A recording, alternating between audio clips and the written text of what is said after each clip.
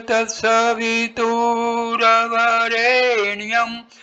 भर्गो देवस्य धीमहि धियो यो नः प्रचोदयात्।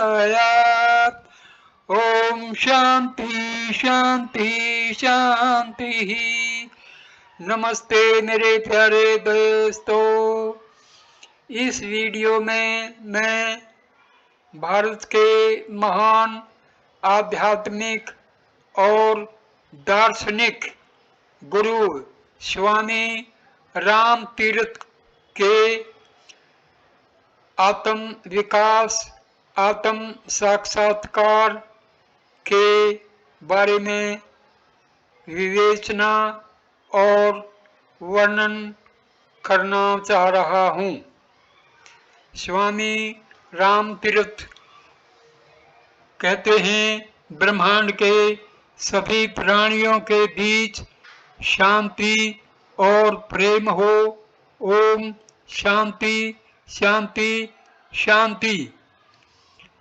ये 7 जनवरी 1903 को San Francisco Golden Gate Hall में दिए गए व्याख्यान का वर्णन है।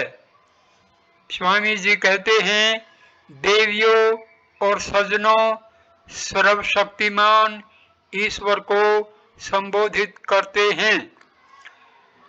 एक जर्मन लोक कथा में हम एक ऐसे व्यक्ति के बारे में सुनते हैं जिसने अपनी परछाई खो दी थी।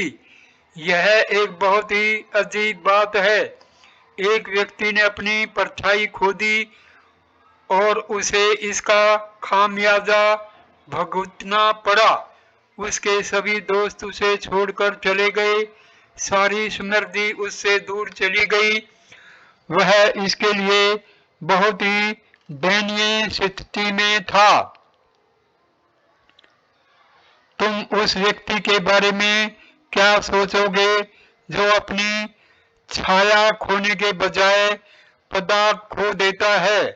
जो आदमी केवल छाया खो देता है उसके लिए आशा हो सकती है, लेकिन जो आदमी पदार्थ शरीर को खो देता है उसके लिए क्या आशा हो सकती है?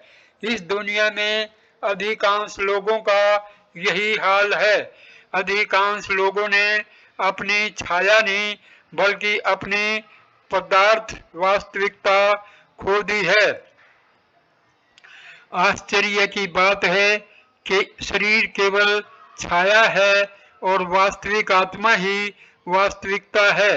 हर कोई हमें अपनी छाया के बारे में बताएगा, हर कोई हमें अपने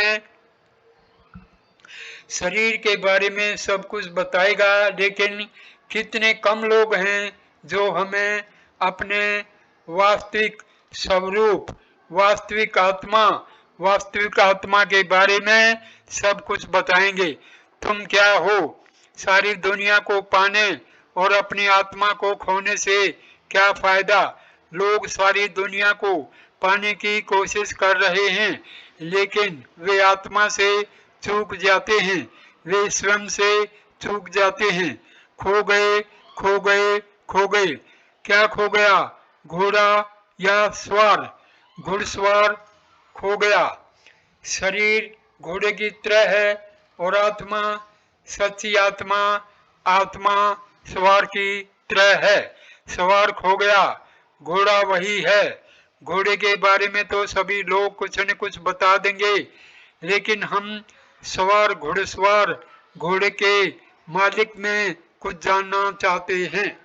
आज रात हम यह जानना चाहते हैं कि घुड़सवार या सवार, सच्चा आत्मा क्या है। यह एक गहन विषय है। यह एक ऐसा विषय है जिस पर दुनिया के दार्शनिकों ने अपना दिमाग खपाया है, जिस पर हर कोई अपनी पूरी कोशिश कर रहा है। यह एक गहन विषय है और इस विषय को इस 1 घंटे के छोटे से समय में न्याय करना कठिन है।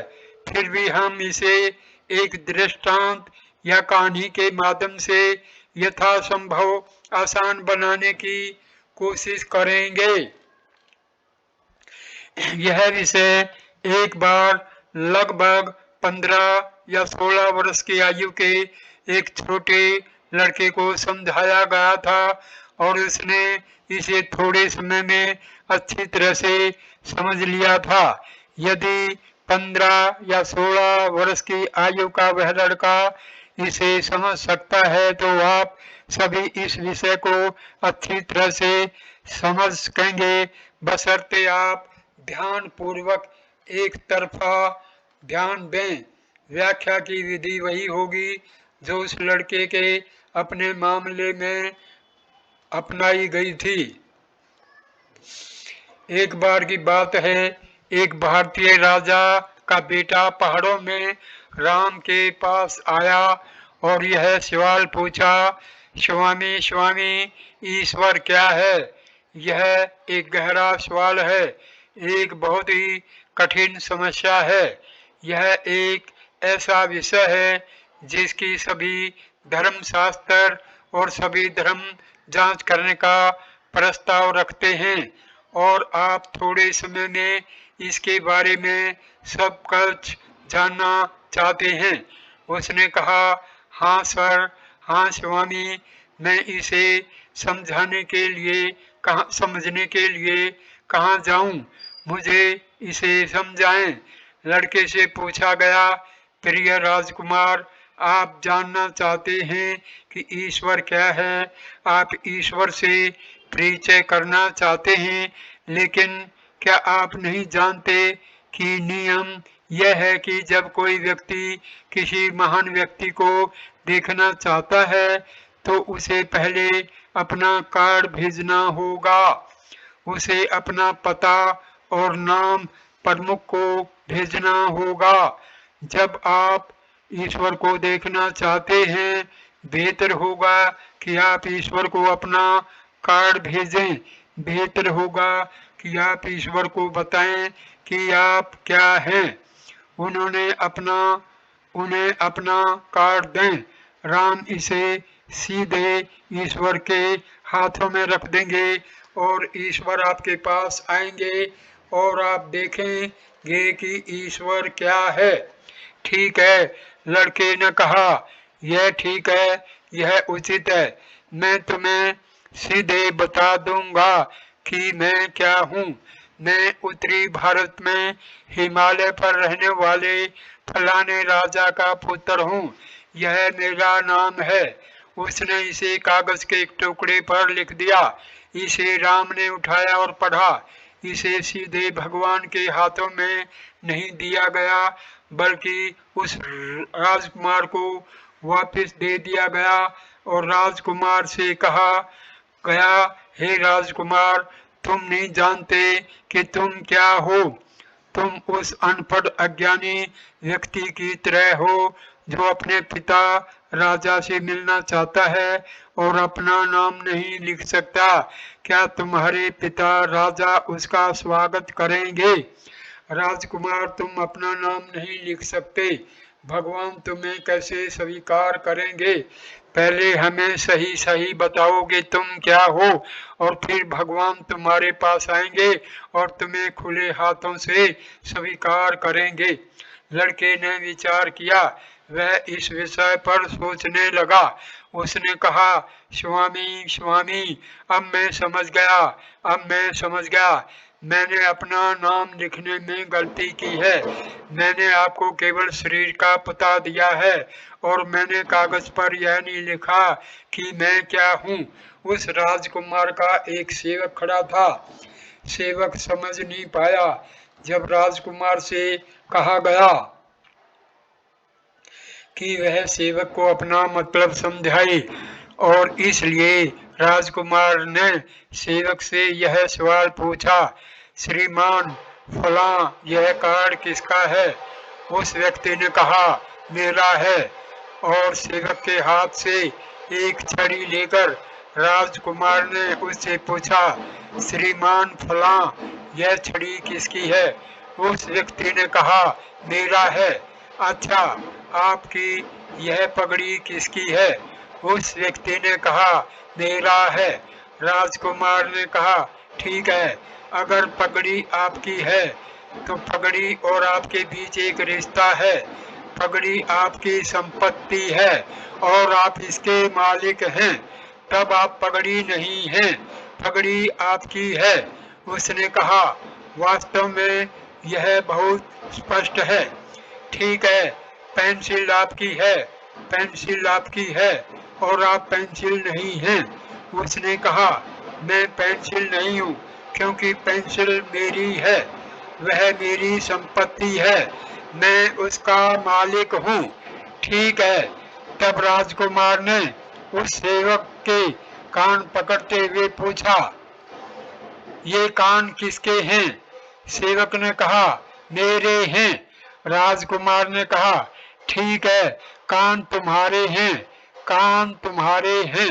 इस तरह तुम कान नहीं हो, इसी तरह नाक भी तुम्हारी है। जैसे नाक तुम्हारी है, तुम नाक नहीं हो, फिर वह शरीर किसका है? सेवक के भीतर की ओर इशारा करते हुए सेवक ने कहा, शरीर मेरा है, यह शरीर मेरा है। यदि शरीर आपका है श्रीमान परिचारक, तो आप शरीर नहीं हैं, आप शरीर नहीं हो सकते, क्योंकि आप कहते हैं कि शरीर आपका है। आपका शरीर नहीं हो सकते, आप शरीर नहीं हो सकते। यह कथन ही मेरा शरीर, मेरा कान, मेरा सिर, मेरा हाथ सिद्ध करता है कि आप कुछ और हैं, और शरीर, कान, हाथ और आंख आदि सहित कुछ और हैं। यह आपकी संपत्ति है, आप इसके मालिक हैं, स्वामी हैं। शरीर आपके वस्त्र के समान है और आप इसके मालिक हैं। शरीर में आपके घोड़े के समान है और आप इसके मालिक हैं। अब आप क्या हैं? परिचारक ने अब तक यह समझ लिया था और राजकुमार से सहमत होते हुए उसने कहा कि जब राजकुमार ने कागज पर शरीर का पता लिखा था और उसका मतलब था कि यह पता उसके लिए है, तो राजकुमार ने गलती की। तुम शरीर नहीं हो, कान नहीं हो, नाक नहीं हो, आंख नहीं हो, इनमें से कुछ भी नहीं हो, फिर तुम क्या हो? अब राजकुमार ने सोचना शुरू किया और कहा, ठीक है, ठीक है, मैं मन हूँ, मैं मन हूँ, मुझे मन ही होना चाहिए। क्या यह सच है? राजकुमार ने सवाल पूछा, राजकुमार से सवाल पूछा गया। अब क्या तुम मुझे बता सकते हो कि तुम्हारे शरीर में कितनी हड्डियां हैं? क्या तुम बता सकते हो तुम्हारे शरीर में वह भोजन कहाँ है जो तुमने आज सुबह खाया था? राजकुमार कोई जवाब नहीं दे सका और उसके मुंह से ये शब्द निकल गए,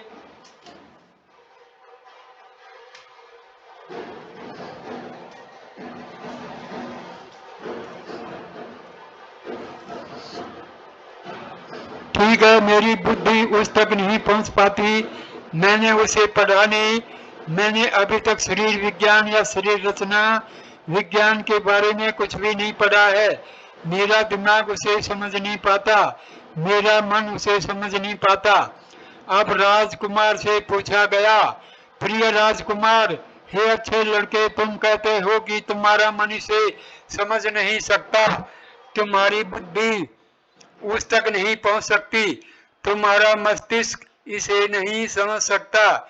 ये बातें करके तुम स्वीकार करते हो कि मस्तिष्क तुम्हारा है, मन तुम्हारा है, बुद्धि तुम्हारी है।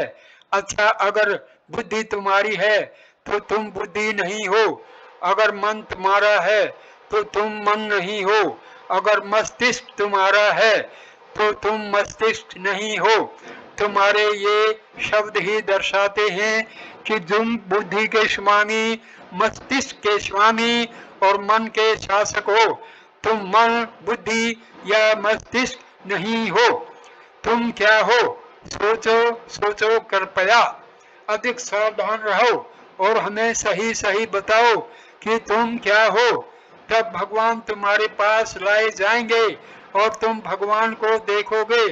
तुम सीधे भगवान की उपस्थिति में पेश किए जाओगे। कृपा हमें बताओ कि तुम क्या हो। लड़का सोचने लगा और सोचता रहा और सोचता रहा, लेकिन आगे नहीं बढ़ सका। शरीर ने कहा, मेरी बुद्धि, मेरा मन आगे नहीं बढ़ सकता। ओ, ये शब्द कितने सत्य हैं। वास्तव में मन या बुद्धि अपने भीतर के ईश्वर या भगवान तक नहीं पहुंच सकते। वास्तविक आत्मा, सच्चा ईश्वर शब्दों और मन की पहुंच से परे है।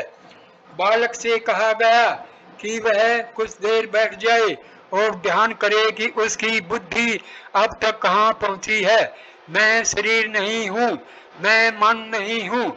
यदि ऐसा है तो उसे अनुभव करो, इसे आचरण में लाओ। भावना की भाषा में, क्रिया की भाषा में उसे दोहराओ। समझो कि तुम शरीर नहीं हो। यदि तुम केवल इस विचार को जियो, यदि तुम सत्य का थोड़ा भी आचरण में लाओ, यदि तुम शरीर और मन से ऊपर हो, तो तुम सभी चिंताओं, सभी भय से मुक्त हो जाओगे। जब तुम स्वयं को शरीर या मन के स्तर से ऊपर उठा लेते हो, तो भय तुम्हें छोड़ देता है।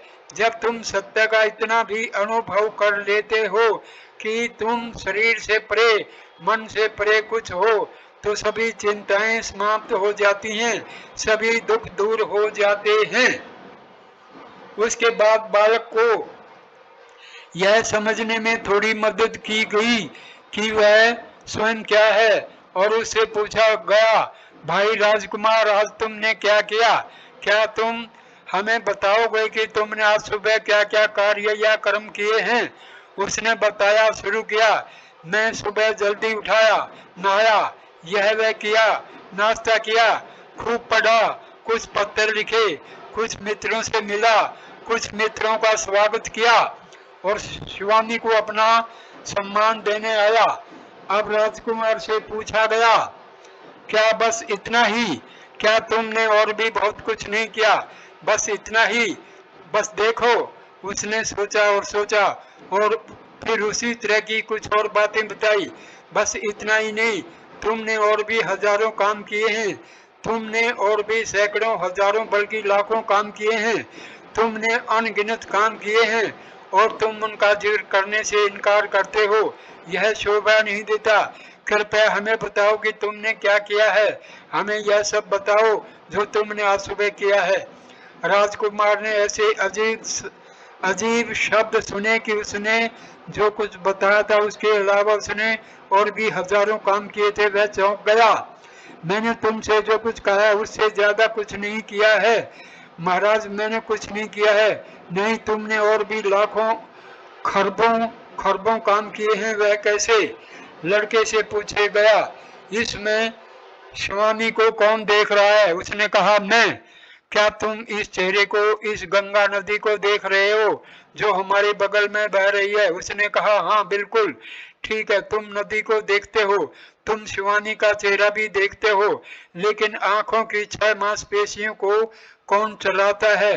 तुम जानते हो कि आंखों की 6 मांसपेशियां चलती हैं, लेकिन मांसपेशियों को कौन चलाता है? यह कोई और नहीं हो सकता, यह कोई अतिरिक्त चीज नहीं हो सकती, यह तुम्हारा अपना आत्मा ही होगा जो देखने की क्रिया में आंखों की मांसपेशियों को चलाता है। लड़के ने कहा, ओ, वास्तव में यह मैं ही हूँ, यह कोई और नहीं हो सकता। अच्छा, अभी कौन देख रहा है? कौन इस प्रवचन में भाग ले रहा है? लड़के ने कहा, यह मैं ही हूँ। अच्छा, अगर तुम देख रहे हो, अगर तुम इस प्रवचन में भाग ले रहे हो, तो व्यक्तित्व तंत्रिकाओं को कौन कंपन कर रहा है? यह तुम ही हो, यह तुम ही हो, कोई और नहीं। आज सुबह भोजन किसने किया? लड़के ने कहा, मैं। अच्छा, अगर आज सुबह तुमने खाना खाया और तुम ही शौचालय गए और मल त्याग किया, तो वह कौन है जो भोजन को पचाता और पचाता है? वह कौन है? कृपा हमें बताओ कि अगर तुम खाते हो और उसे बाहर फेंक देते हो तो यह तुम ही हो जो पचाता है, तुम ही है जो पचाता है, यह कोई और नहीं हो सकता। वे दिन चले गए जब प्रकृति में होने वाली घटनाओं को समझने के लिए बाहरी कारणों की तलाश की जाती थी।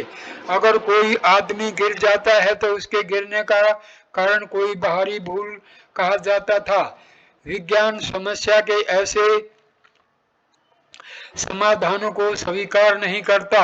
विज्ञान और दर्शन की आवश्यकता है कि आप घटना का कारण घटना में ही खोजें।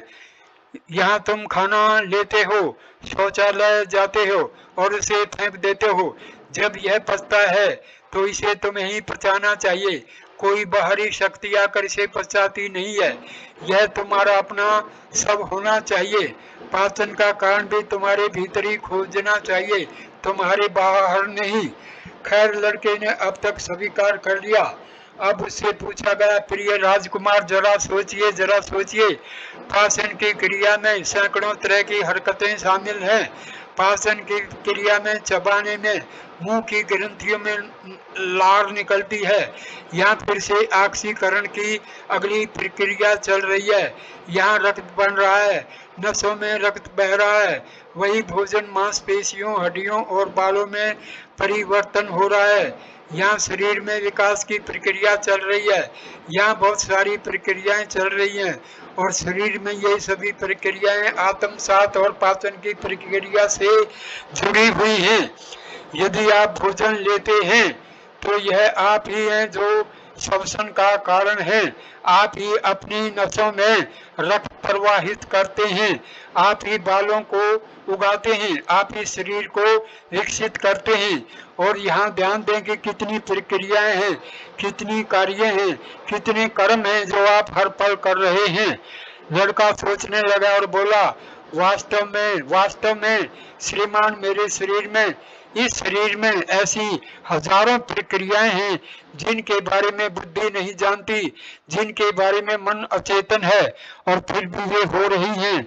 और यह मैं ही हूँ जो उन सब का कारण हूँ, यह मैं ही हूँ जो वह सब कर रहा हूँ। वास्तव में यह मेरी गलती थी जब मैंने कहा कि मैंने कुछ काम और नहीं किया, कुछ काम और कुछ नहीं, कुछ काम जो बुद्धि या मन के माध्यम से किए गए थे। इस और भी स्पष्ट किया जाना चाहिए, इसे और भी स्पष्ट किया जाना चाहिए। आपके इस शरीर में दो तरह के कार्य किए जा रहे हैं, दो तरह के काम किए जा रहे हैं, अनैच्छिक और स्वैच्छिक। स्वैच्छिक कार्य वे हैं जो बुद्धि या मन के माध्यम से किए जाते हैं। उदाहरण के लिए पढ़ना, लिखना, चलना, बात करना और पीना, ये बुद्धि या मन के माध्यम से किए गए कार्य हैं।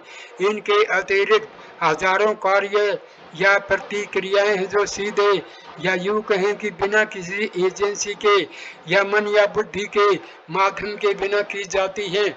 उदाहरण के लिए श्वसन, नसों के माध्यम से रक्त का प्रवाह, बालों का विकास आदि। लोग यह भूल करते हैं, यह बड़ी भूल करते हैं कि वे केवल उन्हीं कार्यों को स्वीकार करते हैं जो मन या बुद्धि के माध्यम से किए जाते हैं। अन्य सभी कार्य जो बुद्धि या मन की सहायता के बिना सीधे किए जा रहे हैं, उन्हें पूरी तरह से अस्वीकार कर दिया जाता है, उन्हें पूरी तरह से अलग कर दिया जाता है, उनकी पूरी तरह से अपेक्षा की जाती है। और इस उपेक्षा और इस भूल से इस छोटे से मन में वास्तविक आत्मा को कैद करके, छोटे से मस्तिष्क के साथ अनंत की पहचान करके लोग खुद को दुखी और दयनीय बना रहे हैं। लोग कहते हैं, ओ भगवान मेरे भीतर है। ठीक है, स्वर्ग का राज्य आपके भीतर है, भगवान आपके भीतर हैं, लेकिन वह गिरी जो आपके भीतर है, वह गिरी आप स्वयं हैं की खोल। कृपया इस पर गंभीरता से विचार करें। सोचें कि आप गिरी हैं या खोल। क्या आप वह हैं जो आपके भीतर, या आप वह खोल हैं जो बाहर है? कुछ लोग कहते हैं, हे महोदय, मैं खाता हूँ और प्रकृति पचाती है। हे महोदय, मैं देखता हूँ लेकिन प्रकृति मांसपेशियों को हिलाती है। हे महोदय, मैं सुनता हूँ लेकिन प्रकृति नसों को कंपन करती है।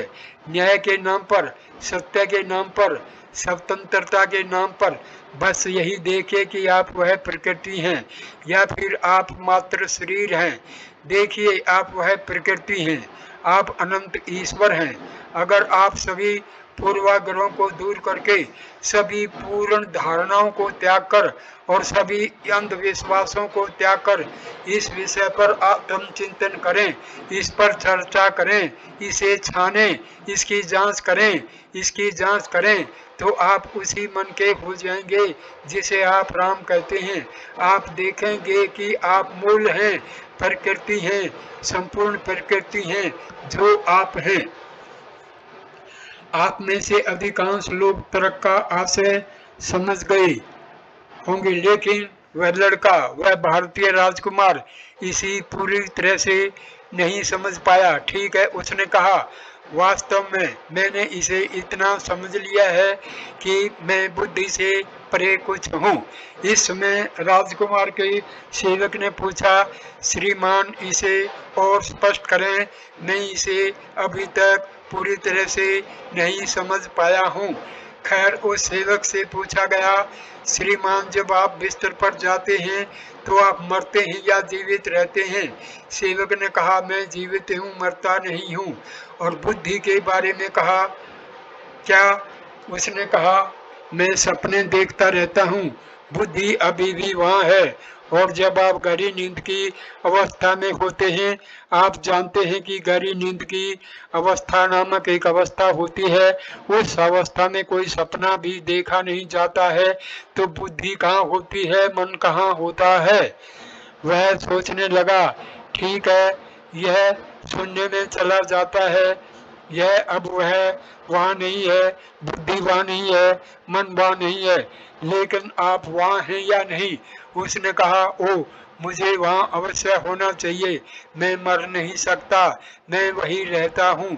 अच्छा, यहाँ ध्यान दें, गहरी नींद की अवस्था में भी जहाँ बुद्धि समाप्त हो जाती है, जहाँ बुद्धि मानो खूंटी पर टंगे हुए कपड़े की तरह होती है, खंबे पर टकी हुई ओवरकोट की तरह बुद्धि को उतार कर खंबे पर रख दिया जाता है। तुम अभी भी वहाँ हो, तुम मरते नहीं हो। लड़के ने कहा, बुद्धि वहाँ नहीं है और मैं मरता नहीं हूँ, यह मैं ठीक से समझ नहीं पाया। खैर, लड़के से पूछा गया, जब तुम इस गहरी नींद का आनंद लेने के बाद जागते हो, जब तुम जागते हो तो क्या तुम इस तरह की बातें नहीं करते हो, आज रात मुझे गहरी नींद आई, आज रात मुझे कोई सपना नहीं आया, क्या तुम इस तरह की बातें नहीं करते हो? उसने कहा, हाँ। अच्छा, यह बात बहुत सूक्ष्म है, आप सभी को ध्यान से सुनना होगा।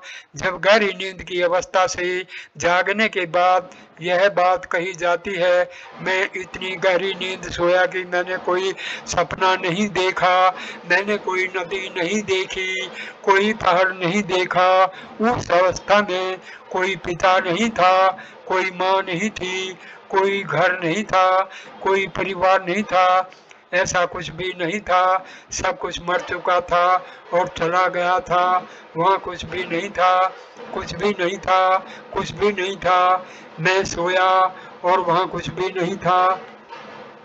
यह कथन उस व्यक्ति द्वारा दिए गए कथन जैसा है जिसने किसी स्थान के उजाड़ होने का गवाह बनकर कहा, रात के अंधेरे में ऐसे ऐसे स्थान पर एक भी मनुष्य मौजूद नहीं था। उस व्यक्ति से यह कथन लिखने को कहा गया, उसने इसे कागज पर लिख दिया। मजिस्ट्रेट ने उससे पूछा, अच्छा, क्या यह कथन सत्य है? उसने कहा, हाँ सर। अच्छा, क्या यह कथन सुनी सुनाई बातों पर आधारित है या आपके अपने साक्ष्य पर आधारित है? क्या आप प्रत्यक्षदर्शी हैं। उसने कहा, हाँ सर, मैं प्रत्यक्षदर्शी हूँ। यह सुनी सुनाई बातों पर आधारित नहीं है।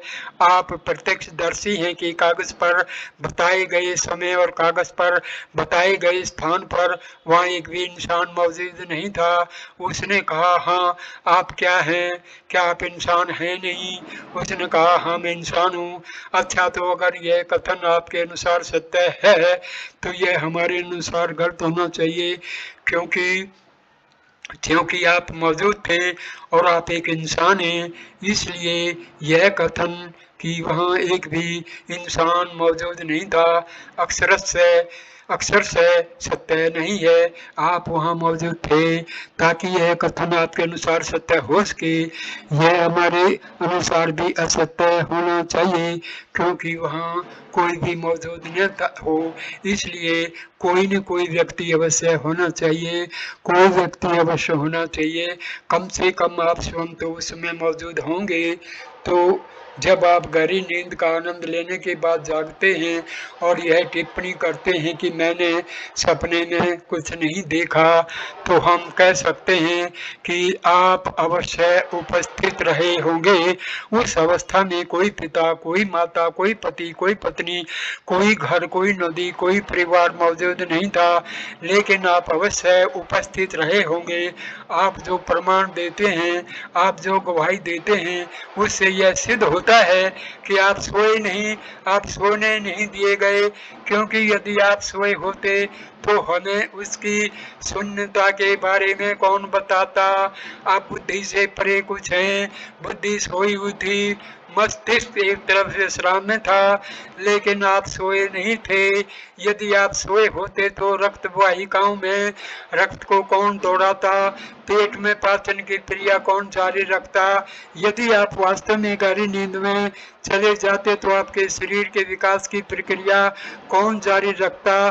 तो आप कुछ और हैं जो कभी सोए नहीं रहते। बुद्धि सोई है, लेकिन आप नहीं। मैं बुद्धि, मन और शरीर से परे कुछ हूँ। अब बालक बोला, महाराज महर्षि, अब तक मैं समझ गया हूँ और जान गया हूँ कि मैं एक दिव्य शक्ति हूँ, कि मैं एक अनंत शक्ति हूँ जो कभी नहीं सोती, कभी नहीं बदलती। मेरी युवा अवस्था शरीर अलग था, मेरा बचपन में मन वैसा नहीं था जैसा कि अब है, शरीर वैसा नहीं था जैसा कि अब है। मेरे बचपन में मेरी बुद्धि, मस्तिष्क, शरीर और मन अब जो है उससे बिल्कुल अलग थे। डॉक्टर हमें बताते हैं कि 7 साल के बाद पूरी प्रणाली में आमूल चूल परिवर्तन होता है। हर पल शरीर बदलता रहता है और हर पल मन बदलता रहता है। और मानसिक विचार जो आपने बचपन में मन में रखे थे वे अब कहाँ हैं। बचपन के दिनों में आप एक सुंदर टुकड़ा थे, तारे हीरे जितने बड़े थे, ये विचार कहाँ चले गए। आपका मन, आपकी बुद्धि आमूल चूल परिवर्तन से गुजरी है, लेकिन तुम फिर भी कहते हो जब मैं बच्चा था, जब मैं लड़का था, जब मैं 70 साल का हो जाऊंगा। तुम फिर भी ऐसी बातें करते हो जो यह दर्शाती है कि तुम कुछ ऐसे हो जो बचपन में भी वही थे, लड़कपन में भी वही थे, 70 साल की उम्र में भी वही होंगे। जब तुम कहते हो मैं सो गया, मैं गहरी नींद में चला गया वगैरह, जब तुम इस तरह की बातें करते हो, यह दर्शाता है कि गहरी नींद में भी वही रहती है, जागृत अवस्था में भी वही रहती है। तुम्हारे अंदर कुछ ऐसा है जो तुम्हारे बेहोश होने पर भी वही रहता है, जो तुम्हारे नहाने पर भी वही रहता है, जब तुम लिख रहे होते हो तब भी वही रहता है। जरा सोचो, विचार करो, जरा ध्यान दो कृपया। क्या तुम कुछ ऐसे नहीं हो जो हर परिस्थिति में एक जैसे रहते हो, अपने अस्तित्व में अपरिवर्तित, कल, आज और हमेशा एक जैसे? अगर ऐसा है तो जरा और सोचो, थोड़ा और सोचो, और तुम तुरंत शरीर के आमने सामने आ जाओगे। आप जानते हैं कि वादा यह था कि अपने आप को जानो, अपना सही पता कागज पर लिखो और परमेश्वर का तुरंत आपसे परिचय हो जाएगा। अब लड़के राजकुमार को उम्मीद थी कि जैसे वह अपने बारे में जानता था, उसे पता चल गया था कि वह कुछ अपरिवर्तनशील, कुछ शिथिल, कुछ ऐसा है जो कभी सोता नहीं। इसलिए वह जानना चाहता था कि ईश्वर क्या है। राजकुमार से पूछा गया, भाई ध्यान दें, यहाँ से पेड़ उग रहे हैं, क्या वह शक्ति जो इस पेड़ को उगाती है, वह शक्ति जो उस पेड़ को उगाती है उससे अलग है? उसने कहा, नहीं नहीं, यह निश्चित रूप से एक ही शक्ति होनी चाहिए। अब क्या वह शक्ति जो इन सभी पेड़ों को उगाती है, वह शक्ति जो जानवरों के शरीर को उगाती है उससे अलग है? उसने कहा, नहीं नहीं, यह अलग नहीं हो सकता, यह एक ही होना चाहिए। अब क्या वह शक्ति, वह बल जो सितारों को गति देता है, वह शक्ति जो इन नदियों को बहाती है उससे अलग है? उसने कहा, यह अलग नहीं हो सकता, यह एक ही होना चाहिए। खैर, अब वह शक्ति जो इन पेड़ों को उगाती है, वह शक्ति जो आपके शरीर को बढ़ाती है, वह शक्ति जो आपके बालों को बढ़ाती है, उसने अलग नहीं हो सकती। प्रकृति की वही सार्वभौमिक शक्ति, वह सार्वभौमिक दिव्यता या अज्ञेय जो तारों को चमकाती है, आपकी आँखों को चमकाती है, वही शक्ति जो शरीर को, बालों की वृद्धि का कारण है, जिसे आप मेरा कहते हैं, वही शक्ति प्रत्येक व्यक्ति की नसों में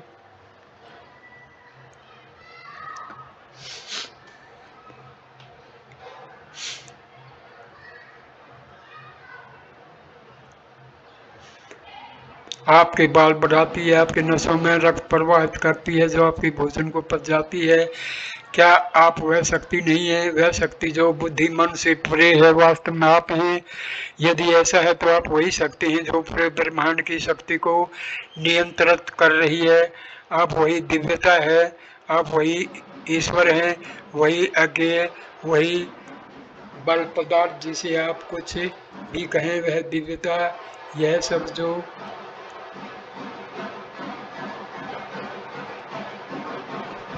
लड़का आश्चर्यचकित हो गया और उसने कहा, वास्तव में मैं ईश्वर को जानना चाहता था।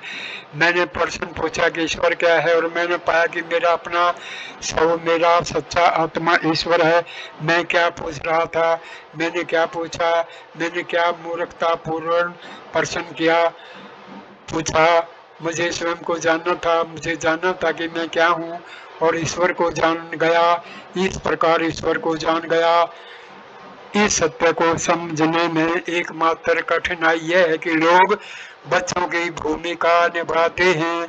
आप जानते हैं, बच्चों को कभी कभी एक विशेष प्रकार की थाली पसंद आ जाती है, और वे तब तक नहीं खाना चाहते जब तक उन्हें उनकी पसंद की थाली में कुछ न हो परोसा जाए। वे कहेंगे, मैं अपनी थाली में खाऊंगा, मैं अपनी थाली में खाऊंगा, मैं किसी और थाली में कुछ नहीं खाऊंगा। हे बच्चों, देखो, यह विशेष थाली ही तुम्हारी नहीं है। घर की सभी थालियां तुम्हारी हैं, सभी सोने के बर्तन तुम्हारे हैं। यह एक भूल है। यदि संसार के लोग स्वयं को जान लें तो वे पाएंगे कि सच्चा आत्म सर्वशक्तिमान ईश्वर है, अनंत शक्ति है, लेकिन उन्होंने इस विशेष थाली, इस सिर, इस मस्तिष्क को पसंद कर लिया। इस मस्तिष्क से जो कुछ होता है वह मैं करता हूँ, इस मन या बुद्धि से जो कुछ होता है वह मेरा है, और बाकी सब मुझे नहीं चाहिए, बाकी सब मुझे अस्वीकार है। मुझे केवल वही चाहिए जो इस विशेष थाली में मुझे परोसा जाएगा। यहीं से स्वार्थ आता है। वे इस थाली के माध्यम से सब कुछ करवाना चाहते हैं और इस थाली का श्रेय लेना चाहते हैं। वे इस छोटी सी थाली के इर्द गिर्द सब कुछ जमा करना चाहते हैं, जिसे वे विशेष रूप से अपना कहते हैं, जिसके साथ उन्होंने खुद को एक कर लिया है। यही सभी स्वार्थ, सभी चिंता और दुख का कारण है। इस मिथ्या धारणा से छुटकारा पाओ, अपने सच्चे स्वयं को सर्वस्व समझो, इस स्वार्थी अहंकार से ऊपर उठो।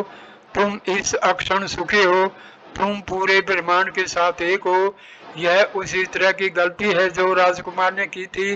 राजकुमार से एक अजीब सवाल पूछा गया, तुम्हारा स्थान कहाँ है? और उसने राज्य के महानगर का नाम लिया, वह मेरा स्थान है। अरे लड़के, राज्य का वह महानगर ही तुम्हारा एकमात्र स्थान ही है। पूरा राज्य, पूरा देश तुम्हारा है। तुम उस महानगर में रहते हो, राज्य की उस राजधानी में, जबकि वह राजधानी ही एकमात्र स्थान नहीं है जो तुम्हारा है। पूरा राज्य तुम्हारा है। यह शानदार परिदृश्य है, यह पूरी दृश्य है, यह भव्य हिमालय दृश्य, यह सब तुम्हारा है, न केवल वह विशेष छोटा शहर। यह गलती लोगों से होती है। इस बुद्धि या मस्तिष्क को आपके वास्तविक स्वरूप आत्मा का महानगर या राजधानी कहा जा सकता है। आपको इसे अपने लिए दावा करोगे और बाकी सबको नकारने का कोई अधिकार नहीं है। मस्तिष्क का यह छोटा महानगर, मन या बुद्धि का यह महानगर ही वह एकमात्र स्थान ही है जो आपको मिला है। विशाल संसार, चंद्रमा, पृथ्वी, ग्रह, आकाश, गंगाएं, ये सभी आपके हैं। इसे समझें, बस अपना जन्मसिद्ध अधिकार पुनः प्राप्त करें और सारी चिंता, सारा दुख समाप्त हो जाएगा। लोग स्वतंत्रता की बात करते हैं, लोग मोक्ष की बात करते हैं। वह कौन सी चीज है जिसने आपको सबसे पहले बांधा है? यदि आप मुक्त होना चाहते हैं, यदि आप मोक्ष प्राप्त करना चाहते हैं, तो आपको यह जानना चाहिए कि आपके बंधन का कारण क्या है। यह ठीक दंत कथा बंदर की तरह है। भारत में एक बंदर को बहुत ही अजीब तरीके से पकड़ा जाता है। जमीन में एक पतली गर्दन वाली बर्तन लगाया जाता है और इस बर्तन में कुछ मेवे और अन्य खाद्य पदार्थ डाल दिए जाते हैं जो बंदरों को पसंद होते हैं। बंदर ऊपर आते हैं और अपने हाथों को संकरी गर्दन वाले बेविशाल में डालते हैं और अपने हाथों को नट्स में भर लेते हैं। मुट्ठी मोटी हो जाती है और इसे बाहर नहीं निकाला जा सकता। वह बंदर फंस जाता है, वह बाहर नहीं आ सकता। अजीब तरह से वह पकड़ा जाता है। हम पूछते हैं कि वह कौन सी चीज है जो तुम्हें सबसे पहले बांधती है? तुमने ही तुम्हारे बंधन में डाला है। यह सारा संसार एक भव्य वन है और इस विशाल वन में एक संकीर्ण गर्दन वाला पात्र है। वह संकीर्ण गर्दन वाला पात्र क्या है? वह तुम्हारा मस्तिष्क है। यह छोटा मस्तिष्क के संकीर्ण गर्दन वाला, इसमें कुछ पागल हैं और लोगों ने इन पागलों को पकड़ लिया है और इस मस्तिष्क के माध्यम से या बुद्धि के माध्यम से जो कुछ भी किया जाता है उसे अपना मान लेते हैं। मैं मन हूँ, यही सब कहते हैं। हर किसी ने अपने को व्यावहारिक रूप से मन के साथ एक कर लिया है। मैं मन हूँ, मैं बुद्धि हूँ, और वही संकीर्ण गर्दन वाले पात्र के इन पागलों को मजबूती से पकड़ लेते हैं। यही तुम गुलाम बनाता है, यही तुम्हें चिंता का, भय का, प्रलोभनों का, सभी प्रकार के कष्टों का गुलाम बनाता है। यही तुम्हें बांधता है, यही संसार में सभी दुखों का कारण है। यदि तुम मोक्ष चाहते हो, यदि तुम मुक्ति चाहते हो, तो केवल पकड़ छोड़ दो, अपना हाथ मुक्त करो। सारा जंगल तुम्हारा है। तुम पेड़ से पहले कूद सकते हो और सभी मेवे खा सकते हो, सभी अखरोट और जंगल के सभी फल खा सकते हो। सब तुम्हारा है, सारा संसार तुम्हारा है। बस इसी स्वार्थी अज्ञान से छुटकारा पालो और तुम मुक्त हो। तुम अपना स्वयं के उद्धार करता हो। जहाँ प्रचुरता है वहाँ अकाल डालना क्या है उचित है? नहीं, यह उचित नहीं है, यह शोभा नहीं देता। जहाँ प्रचुरता है वहाँ अकाल डालना, यह तुम्हारा दुश्मन, तुम्हारी प्यारी आत्मा के लिए इतना क्रूर ऐसा नहीं होना चाहिए, ऐसा नहीं करना चाहिए। अपने भीतरी संतुष्ट रहो। तुम बर्बादी और कंजूस हो, कंजूस मत बनो, कंजूस मत बनो। यह सारी संपत्ति दे देना और अपने आप को इस छोटे से मस्तिष्क की कुछ चीजों तक सीमित रखना कंजूसी है। यही वह चीज है जो आपको पूरी दुनिया के साथ पूर्ण सामंजस्य में रखती है। और हम अब और इंतजार नहीं कर सकते। हम भी जहाज लेते हैं, आत्मा बुद्धि हम भी आनंदित होकर बिना पथ वाले समुद्र पर प्रस्थान करते हैं। अज्ञान तटों पर परमानंद की लहरों पर बिना किसी डर के नौकायन करना, बहती हवाओं के बीच तुम मुझे अपना पास दबाते हो, मैं तुम्हें अपना पास आत्मा मुक्त होकर गाते हुए ईश्वर के हमारे गीत गाए हुए, सुखद अन्वेषण के हमारे मंत्र का जाप करते हुए, हंसी और कई चुंबनों के साथ दूसरों को निंदा करने दें, दूसरों को पाप पश्चाताप अपमान के लिए रोने दें। हे आत्मा तुम मुझे प्रसन्न करते हो, मैं तुम्हें किसी भी पुजारी से अधिक। हे आत्मा हम भी ईश्वर में विश्वास करते हैं, लेकिन ईश्वर के रहस्य के साथ हम टाल मटोल करने की हिम्मत नहीं करते। आत्मा तुम मुझे प्रसन्न करते हो, मैं तुम्हें इन समुद्रों या पहाड़ियों में नौकायन करते हुए या रात में जागते हुए विचार समय स्थान और मृत्यु के मूल विचार बहते पानी की तरह मुझे वास्तव में अनंत अक्षेत्रों के माध्यम से ले जाते हैं, जिनकी हवा में मैं सांस लेता हूँ, जिनकी लहरें सुनती हैं मुझे चारों ओर छोड़ देती हैं। हे ईश्वर मुझे अपने को नहलो, मैं और मेरी आत्मा तुम्हारी सीमा में घूमने के लिए तुम्हारे पास चढ़ते हैं। तुम पारलौकिक अनाम तंत्र और श्वास दीपों का प्रकाश ब्रह्मांडों को बिखेरते हुए तुम उनके केंद्र हो। तुम सत्य अच्छे प्रेम में के शक्तिशाली केंद्र हो। तुम नैतिक आध्यात्मिक फवारा सुने के स्रोत हो। तुम जलाशय, हे मेरी चिंतनशील आत्मा, हे प्यास अतृप्त, क्या तुम यहाँ प्रतीक्षा नहीं कर रहे हो? क्या तुम हमारे लिए कहीं खुश नहीं हो? कामरेड परफेक्ट तुम धड़कन हो, तुम्हारे सितारों सूर्यों प्रणालियों के प्रेरक हो, जो चक्कर लगाते हो कर्म में सुरक्षित सामंजस्य पूर्ण तरीके से अंतरिक्ष की आकारहीन विशालता के बीच घूमते हो। मैं कैसे सोचूं, कैसे एक श्वास से लूं, कैसे बोलूं, अगर खुद से मैं उन श्रेष्ठ ब्रह्मांड तक नहीं पहुंच सकता। मैं ईश्वर के विचार से प्रकृति और चमत्कारों समय और स्थान और मृत्यु को तेजी से सिकुड़ जाता हूँ, लेकिन मैं मुड़कर तुम्हें पुकारता हूँ। हे आत्मा तुम वास्तविक रूप में मैं हो, और देखो तुम धीरे धीरे गोलाकारों को अपने वश में करते हो। हे आत्मा तुम काल को वश में करती हो, मृत्यु पर प्रसन्न होकर मुस्काती हो और अंतरिक्ष की विशालता को भरती हो, विस्तृत करती हो। हे आत्मा तुम तारों और सूर्यों से भी बढ़कर यात्रा करती है। तेरे और हमारे प्रेम के अलावा कौन सा प्रेम इसे व्यापक रूप दे सकता है? हे आत्मा कौन सी आकांक्षाएं इच्छाएं तेरी और हमारी इच्छाओं से बढ़कर हैं? आदर्श के क्या स्वप्न हैं? पवित्रता पूर्णता शक्ति की कौन सी योजनाएं हैं? दूसरों के लिए सब कुछ त्यागने की कौन सी प्रसन्न इच्छा, दूसरों के सब कुछ सहने की कौन सी है? आत्मा आगे की गणना करना, जब तू समय प्राप्त कर लेगी, सारे समुद्र पार कर लेगी, अंतरिक्षों को पार कर लेगी, यात्रा पूरी कर लेगी, ईश्वर को घेर लेगी, सामने खड़ी हो जाएगी, प्राप्त लक्ष्य को त्याग देगी, जैसे मित्रता और पूर्ण प्रेम से भरकर बड़े बड़े भाई को पाया। सो स्वामी राम तीर्थ ने एक कहानी के द्वारा किस प्रकार आत्म साक्षात्कार की बातों को बड़े उचित तरीके से समझाया। इसी समय जो है हमें उनकी बातों को समझना और सोचना चाहिए। छोटा उसकी बाहों में स्नेह से पिघल गया। तुमने अपने आप को इस मस्तिष्क या शरीर में सम्मोहित कर लिया है। उससे छुटकारा पाओ, आगे बढ़ो, शाश्वतता की ओर, वास्तविकता की ओर, सच्चे सब की ओर मार्च करो। भारत से भी आगे का मार्ग, भारत से भी आगे का मार्ग। क्या तुम्हारे पंख वास्तव में इतनी दूर की उड़ाने के लिए पंख युक्त हैं? हे आत्मा क्या तुम वास्तव में ऐसी यात्राओं पर जाते हो? क्या तुम ऐसे जल में मनोरंजन करते हो? क्या तुम संस्कृत और वेदों से नीचे हो? तो अपनी झुकी हुई हड्डी को खोल दो। हे वृद्ध भयंकर रहस्य, हे तटो तुम्हारे पास मार्ग है, तुम्हारे पास तुम्हारे आधिपत्य के लिए गला घोटने वाली समस्याएं, तुम कंकालों के मलबे से बिखरे हुए जो जीवित रहते हुए कभी तुम तक नहीं पहुंचे।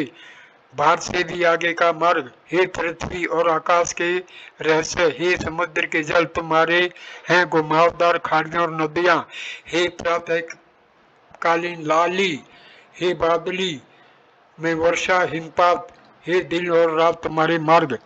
शरीर से ऊपर उठो और तुम ये सब हो जाओ, तुम्हें इन सब के लिए मार्ग मिल जाता है। तुम स्वयं को ये सब होने का एहसास करते हो।